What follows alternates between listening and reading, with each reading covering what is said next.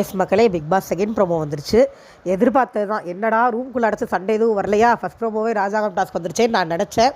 கரெக்டாக வந்துருச்சு. இந்த வாரம் ஃபுல்லாக விக்ரம் வெர்சஸ் பார்வதி தான் சண்டை போகும்னு நினைக்கிறேன். ஏன்னா அந்த ஃபார்மேட்டில் தான் இருக்குது. ஏதோ வம்பிழுத்துட்டாங்க போல் இருக்கு. விக்ரம் எழுந்து சண்டைக்கு வந்துட்டார். அமருதீன் வளர்ப்பு சரியில்லைன்னு ஏதோ ஒரு வார்த்தையை விட்டார் போல் இருக்கு. விக்ரம் டென்ஷன் ஆகிட்டார். வளர்ப்பை பற்றி நீ எப்படி பேசலாம் அப்படின்னு நான் ஏற்கனவே சொன்னேன். துஷார்கிட்டையே இந்த வார்த்தைக்கு அமருதீன் விட்டு அதை அட்ரஸ் பண்ணி மறுநாள் காலில் போய் துஷார் காலில் விழுந்தார். அப்போ திருப்பி விடக்கூடாதுன்னு அறிவு வேணும்ல. யார் யார் பார்வதி கிட்டே போய் சேர்றாங்களோ அவங்களுக்கு வார்த்தைகள் கண்ட்ரோல் போயிடும். ஏன்னா பார்வதி காப்பாற்றிடுவாங்கன்னு ஒரு தைரியம். இங்கேயும் பார்வதி அதை தான் பண்ணுறாங்க.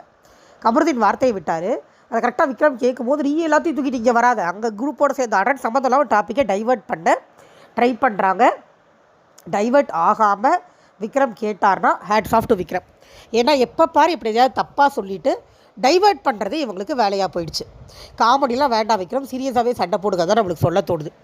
ஏன்னா யாராவது ஒருத்தர் இவங்க எதிர்பார்க்கன்னு பார்த்தா வெளியிலேருந்து வந்த கூட்டமும் ஜால்ரா பார்வதிக்கு ஜால்ரான்னு போய் அடிக்க ஆரம்பிச்சிருச்சு. நேற்றுலேருந்து அறிவு கெட்டதுங்க.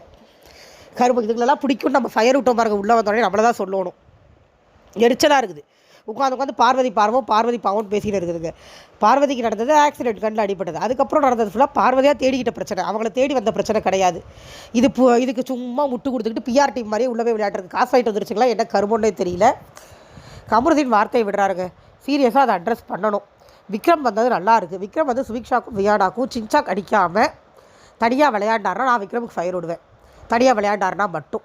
அதை விட்டுட்டு போய் ஜின்சாக் அடிச்சுக்கிட்டு அந்த சீக்ரெட் ஆஸ்பிஷன் சாண்ட்ரா கூட சண்டை போட்டாலும் என்னால் ஒத்துக்க முடியாது. அதே நேரம் சுபிக்ஷா வியானாக்கு ஜின்சா அடித்தாலும் ஒத்துக்க முடியாது. தனியாக விளையாண்டாருனா வெல் அண்ட் குட். பார்க்கலாம், இப்போ தான் வராரு, எப்படி போகுதுன்னு பார்க்கலாம். பார்வதிக்கு வாயில் அடிபட்டுருக்கலாம், அதான் எனக்கு தோணுது. தேங்க்யூ.